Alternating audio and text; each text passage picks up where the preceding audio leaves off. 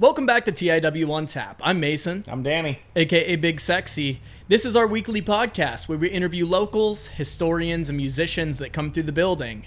And we are very excited to have local legend Luke Ruot on the show. He runs the Stream TV as well as the Morning Drill every single morning. So we had a great conversation with him, and we've been very excited to have him on the show. So you're going to want to stick around till the end. But first, we want to let you know what's going on here at the Ironworks this weekend. Yeah, so this Friday, we have the Gypsy Poets coming in, and they're playing from 7:30 to 10:30. Yep. Doors open at 5.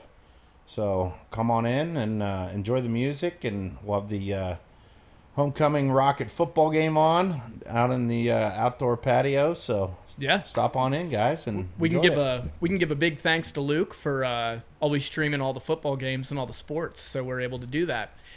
This Saturday we are open from noon to 11 o'clock, but we have Saturday night Crush, the Bon Jovi Experience coming through the show. There are still tickets available for that show. You can get them at the door the day of the show, but if you get them online, TitusvilleIronworks.com, you'll save $5. So hop on, get your tickets. You're not going to want to miss it. Coversome is going to be opening that gig, and man, I'll tell you what, that is such a great show. They're such a good band. I can't wait for it. So dude, I'm excited. They were great last year, and here's a video right now for it. Titusville, Pennsylvania. Don't miss Crush, the ultimate Bon Jovi experience at the Titusville Ironworks on Saturday, September 21st. Tickets are available now.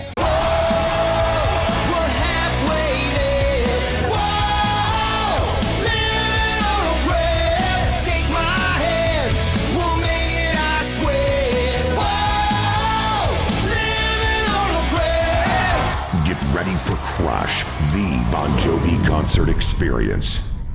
And this Sunday is our Sunday Fun Day. And we have Be the Star Karaoke in. Yep. And we're open from, 12 to 7? 12 to 7. And our food truck is Bucket Brigade Pizza. Yep. So guys, come on down this weekend. We cannot wait to see you. But we just want to get straight into this episode with Luke Ruot.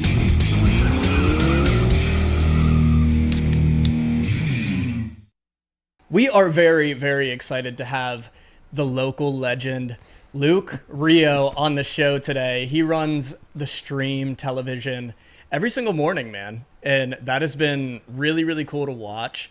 He also does all of the local broadcasting for all of the sports and a ton of other stuff in town. So we're really, really excited to chat with Luke. Why don't you go ahead and introduce yourself, man? Well, guys, thank you for inviting me to be here. This is awesome. You guys have a great home. This is wonderful. Dude, it's been fun to build it out and watch it come together. Yeah, so. Congratulations. It's Thanks, awesome, man. Watching the interviews and just getting different perspective. It's awesome. It's great. Yeah, it's been fun, man. And having a chance to talk with so many local people in town.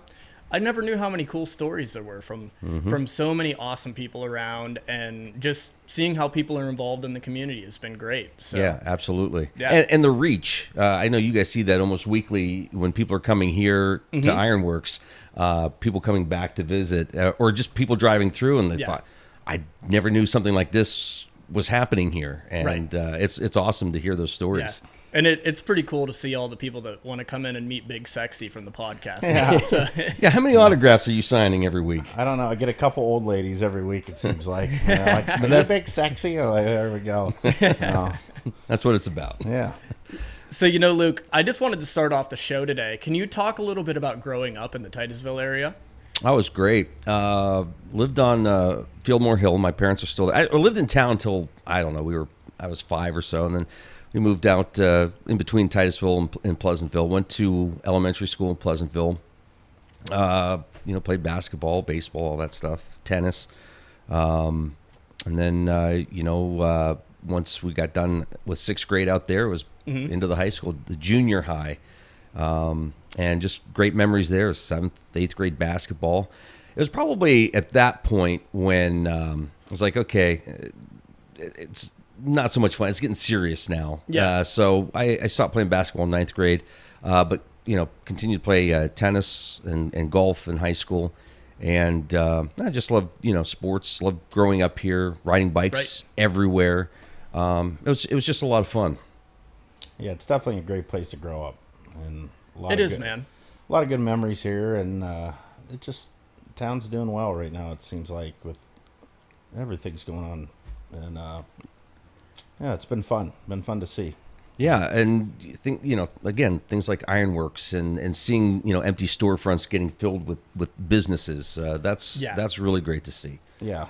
It's been really awesome, and the thing I really love about Titusville is how much we've gone to embrace some of the new businesses coming in. Like Peyton Miller's a great example with Coffee Days. Yeah. And we just had her on the podcast and talked to her for a while, and her story is really incredible, and the fact that this town is able to give opportunity to that has been really nice, man. Have you interviewed her yet?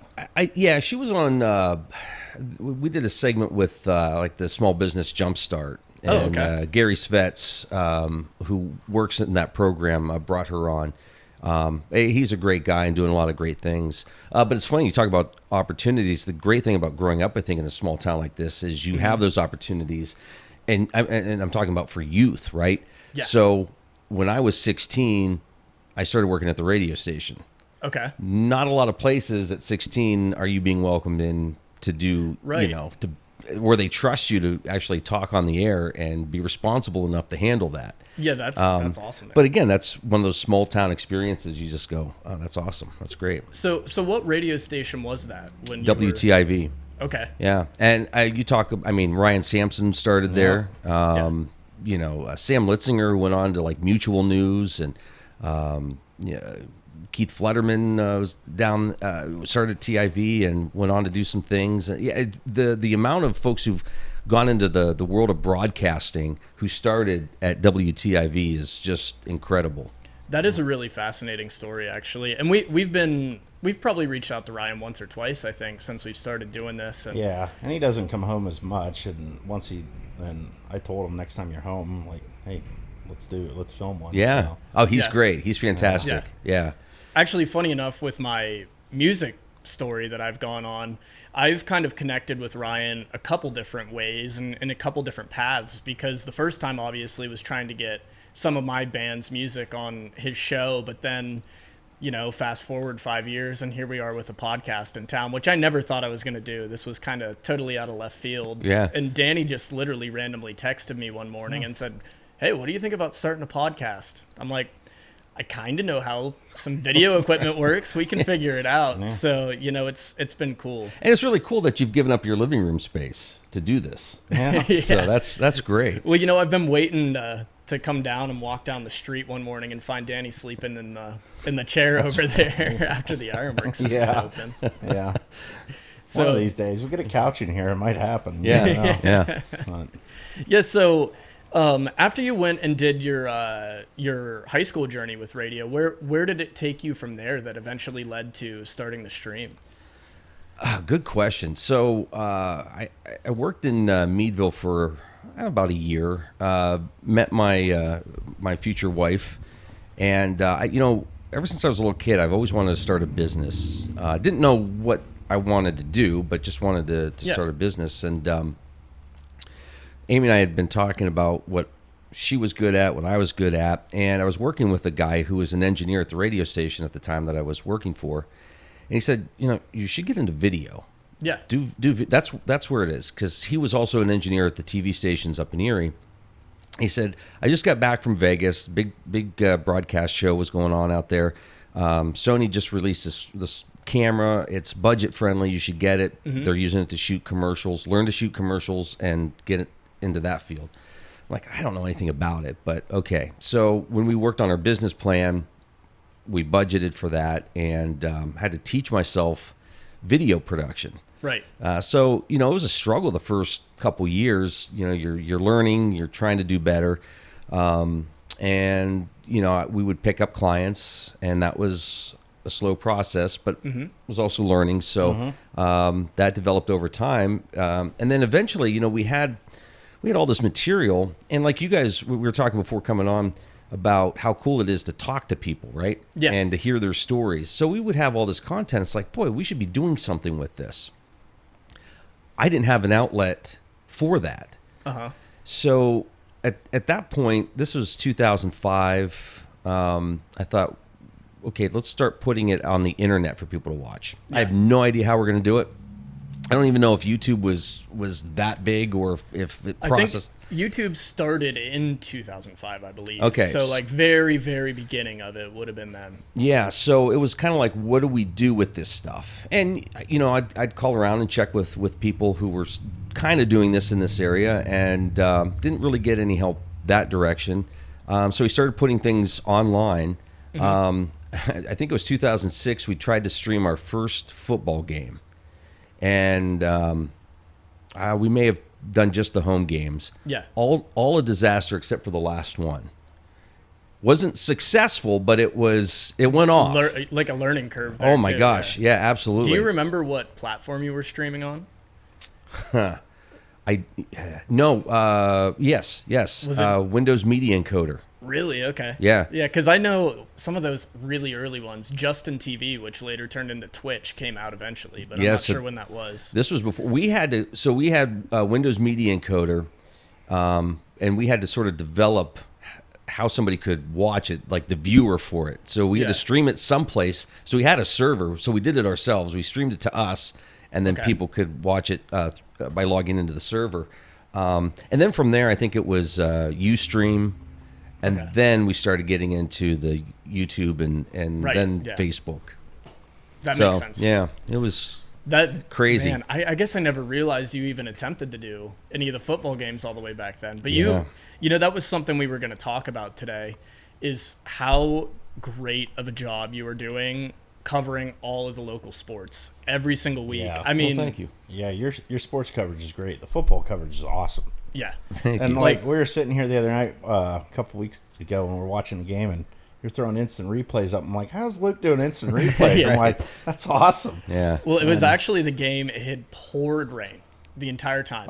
So Grove City. Yeah. And everyone, there's probably 45 people all gathered around that outdoor bar out there. Right. It was like we were watching an NFL game. People are freaking out. I'm like, this is awesome. They were really getting into it. It was a ton of fun, man. So I just wanted to really give you props for doing that. And thank you. And it opens up the games to so many more people to watch, and it's a good thing. It's incredible. I'm sure you guys experienced that with the podcast. You've got people watching from all over the place. You know, on a Friday night. And not to take away from the other sports that we do, football's a little different.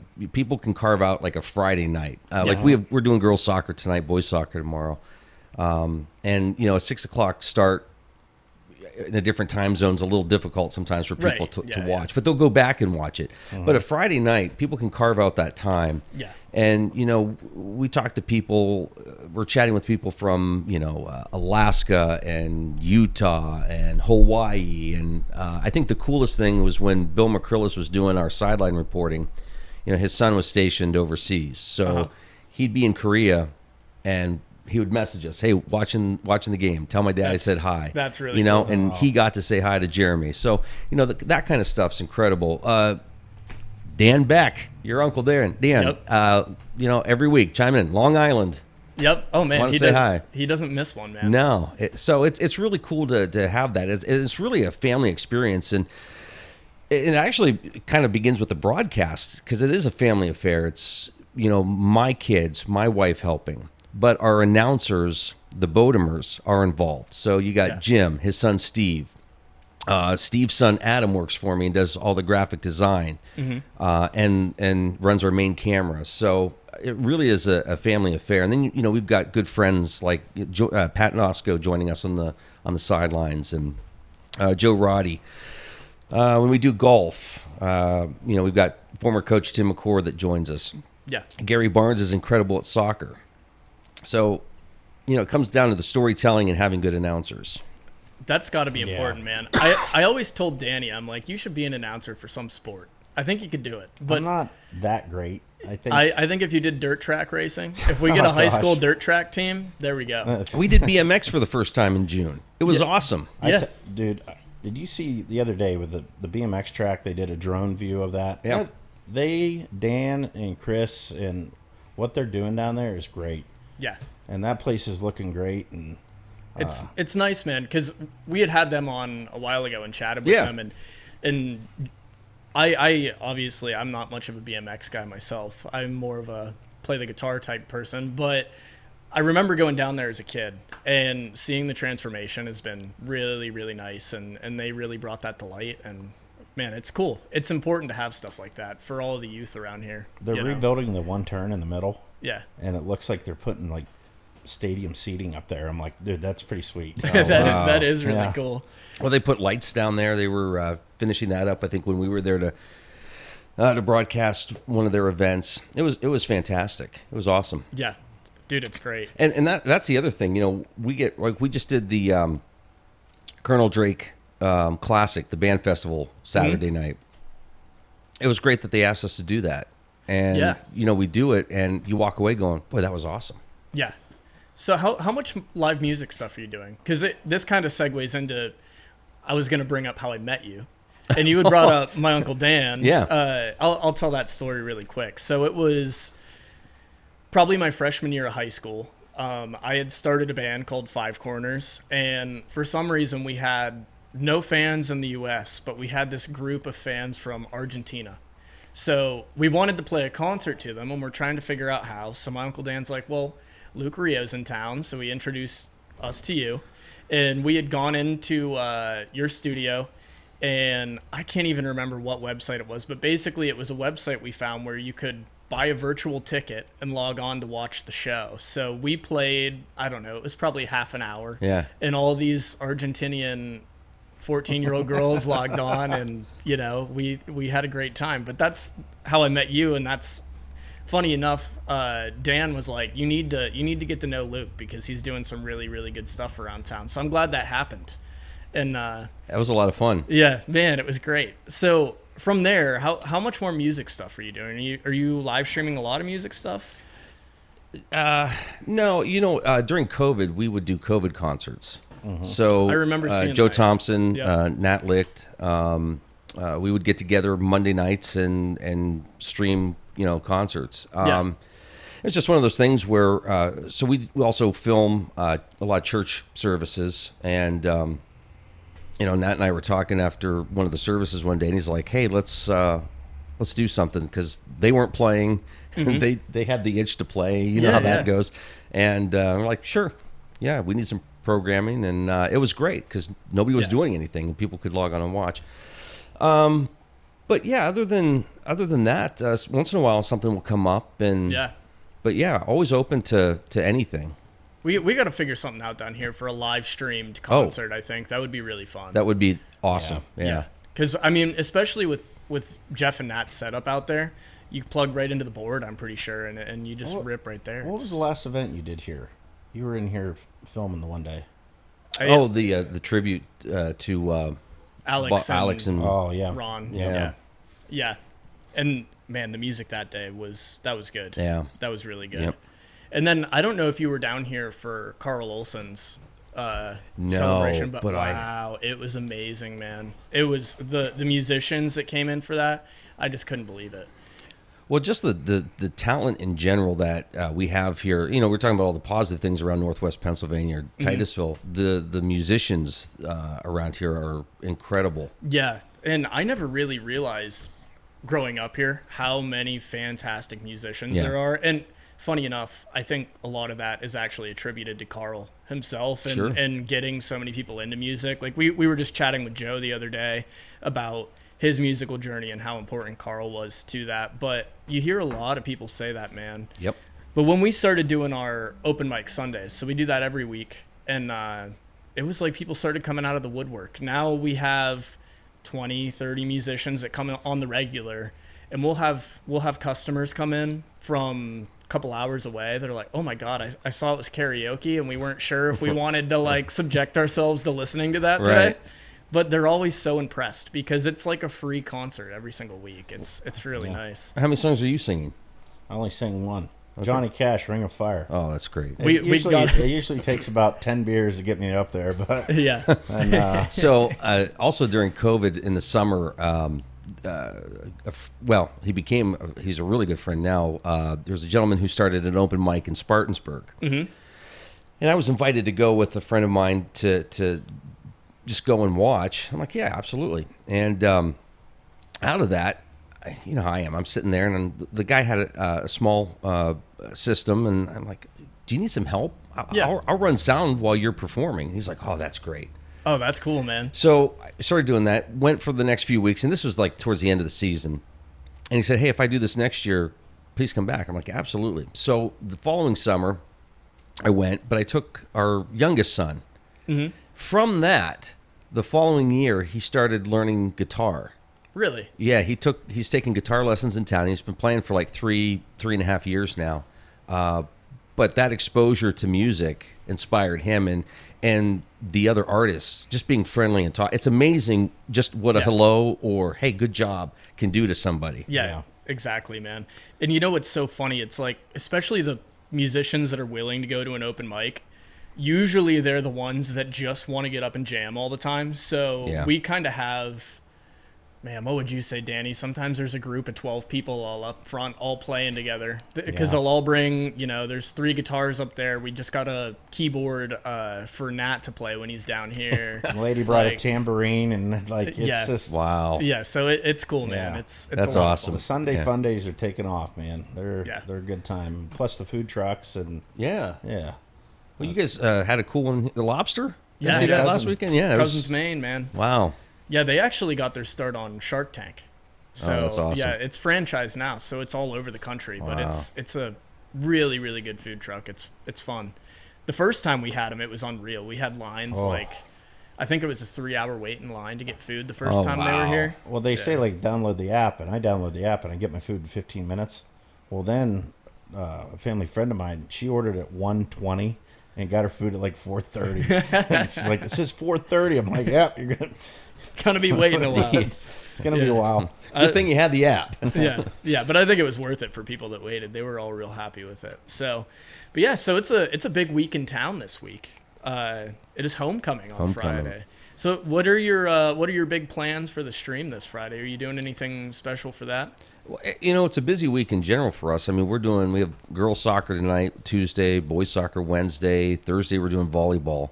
I don't think sometimes people realize like the amount of work that goes into preparing for a game. We don't just show up. We're spending hours, getting graphics in place. Mm-hmm. And I mentioned Adam Bodemer does graphic design. He'll design, whatever we're going to be using for the whatever game we're covering. And then we animate it, or we figure out how it's going to come into the screen, when we're going to use the graphic, things like that. So there's a lot of planning that goes into it. And then just on top of the normal festivities going on. So, we want to make sure we get, usually we come on the air about 6:30, kick off 7. This week we'll be on at 6 because we want to catch the parade coming into Carter Field, which is just awesome. We'll make sure at halftime we're covering the crowning of the Queen. We want to make sure we get the other elements to the game, the cheerleaders, the band.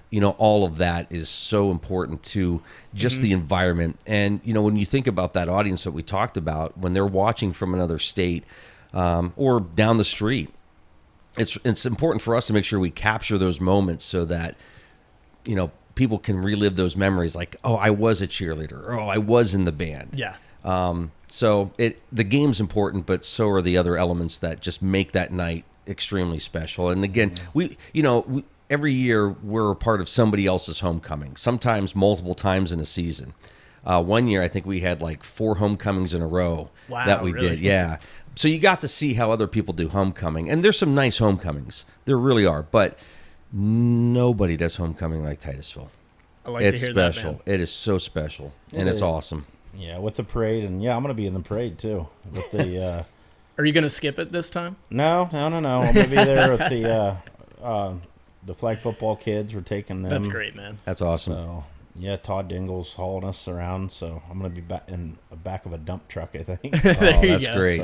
So I had to give Danny a hard time there for a second because we were going to be in the.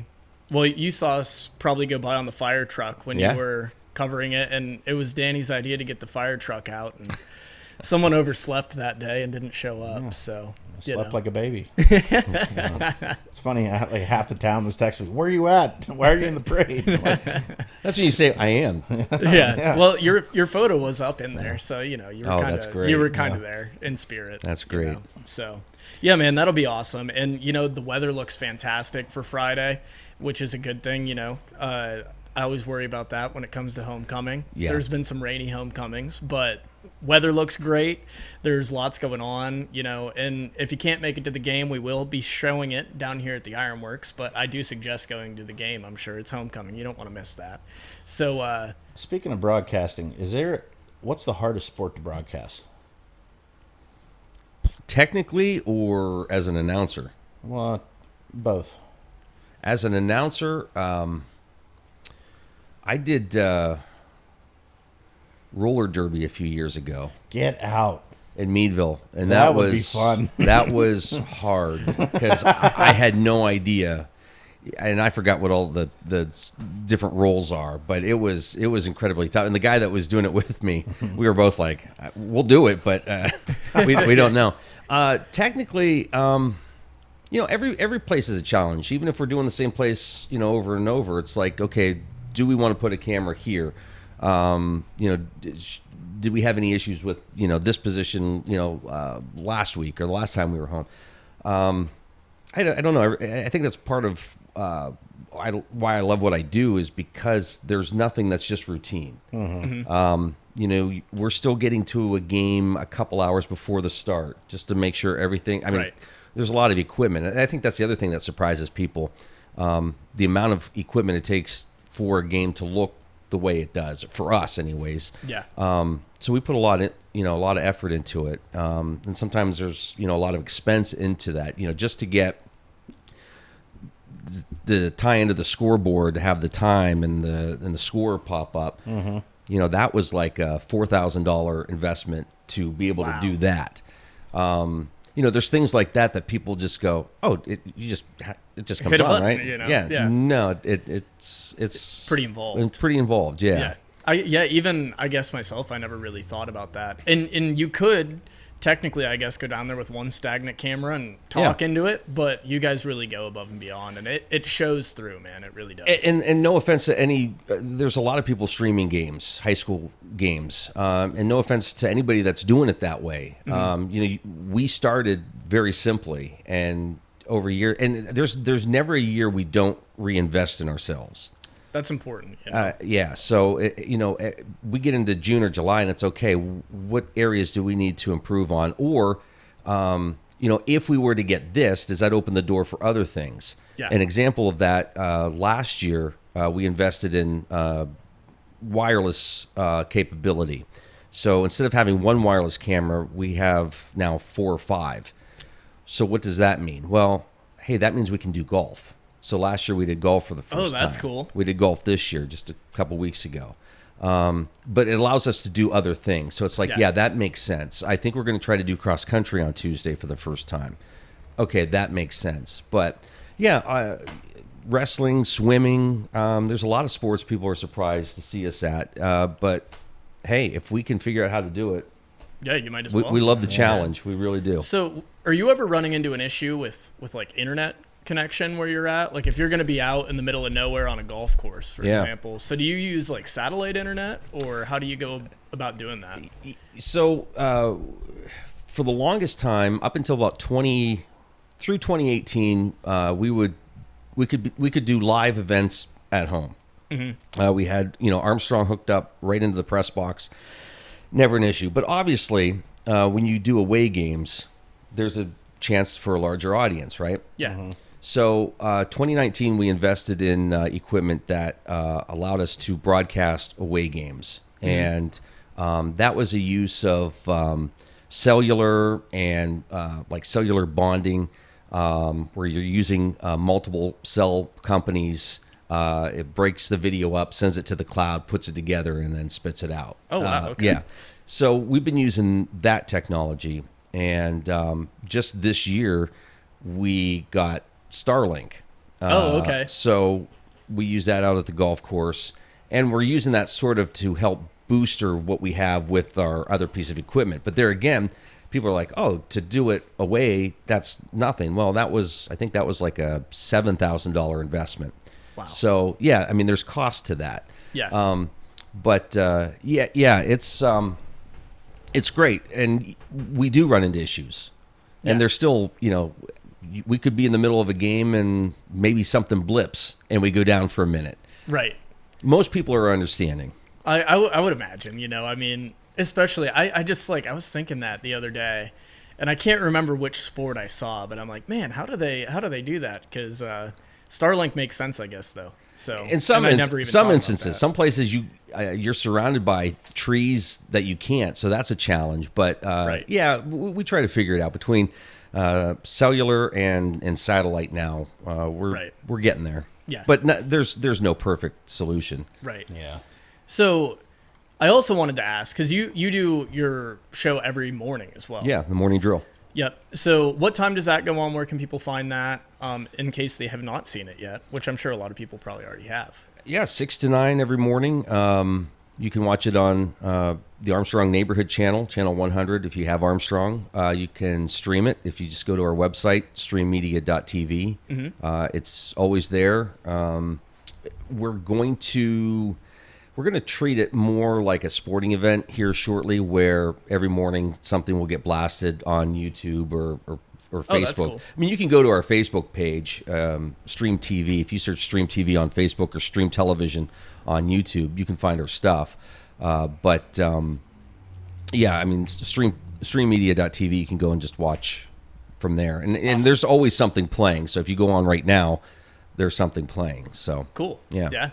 And I know Danny and I would love to come on at some point. Anytime. Yeah. I can't wait because it's going to get you up out of bed. That's the best. Of like Mason at 6 in the morning. That's like seeing a unicorn. I'm going to be going to bed at 8 p.m. the night before, just in case. He's a musician, so he likes those late hours. Oh, man. I'm a musician and a bartender. It's two of the worst things. Yeah. So, yeah, Danny calls me at 8 a.m. I'm like, dude, I'm calling you back at 11, man. That's great. But, yeah, so I would love to do that, Luke. It would seriously be a lot of fun. Yeah, so. it would be. You have to bring a guitar. I can do that. Yeah, we'll have to figure out something to do. Yeah. We don't let Danny play the harmonica, though. I'm not playing an instrument. We'll just talk. But no, we should figure something out. Yeah, man. be great. Will. And we'll figure something out for a live event for music at some point. I think that would be really fun. Yeah, I do too. Yeah, I think to share that on Facebook and give the opportunity to some people that maybe can't make it down. So. Well, and this whole place and you and what Bob's doing really has opened the door for welcoming local musicians to come in and perform. And in addition to bringing in great acts on the weekend, there's still those moments where, hey, on a Friday, we're going to showcase local talent. Right. So that's really cool. Well, thanks, man. I mean, that's really what we've tried to do with the place. And it comes from love of music, you know, not only from myself, but really Bob and his true love and passion for music and his son Alex as well. Yep. You know, bringing all that in and just remembering and showcasing the area. And it's been a fun journey to be on. And it's been cool to see where it started and where it's going. And you know, I think we're ever evolving down here. I just hope now that I've been on, you'll let me in, because usually I'm standing on the outside looking in at the entertainment. And oh yeah, you're coming in. Okay, No. yeah. Danny's like, no, you stay out here. You know, I actually when Danny first started working here, he was bartending, right? And I was telling people that you were down here, like, oh, Danny's bouncing now. I'm like, oh no, he's not bouncing. He's too big of a teddy bear to bounce down here. Yeah, I'll let that Mater. Mater does pretty good at that stuff. He does, yes. He Like, does. hey, you He got to does a work the great door job. tonight. I'm like, come on, I don't want to work the door. No, I'd rather bartend, but Yeah, you're just the pretty face down here, man. So, well, Luke, thanks, man. I appreciate you taking some time out of your day, and you're always busy, and you're probably going to be headed off to where are you at tonight again? Girls soccer. Nice. Yeah. So yeah, it's great. We love, giving exposure to the kids, giving them a chance to, for a lot of the students who have grandparents that live out of town, it's a great way for them to be able to watch. So yeah, that's great, man. yeah, it's awesome. Well, thank Guys, you. thank you very much for inviting me in. yeah, thanks for coming Absolutely. on, buddy. We really appreciate it. Keep up the good work. Thank you. Thank you. So I just want to remind all of you about what's going on here this weekend. This Friday, we have the Gypsy Poets. They're going to be outside on our outdoor patio. We're going to have the homecoming game on. That's going to be a ton of fun. We're open from 5 o'clock to 11 o'clock p.m. The Gypsy Poets start at 7:30. No cover charge, but it is 21 plus after 7. This Saturday, you're not going to want to miss Crush, the Bon Jovi Experience. They are an amazing tribute to Bon Jovi. There are still tickets available for that. And we just added Randy Moorhead and Coversome to open for that show. So that is going to be a full day of awesome music. So if you get general admission tickets, doors are at 6.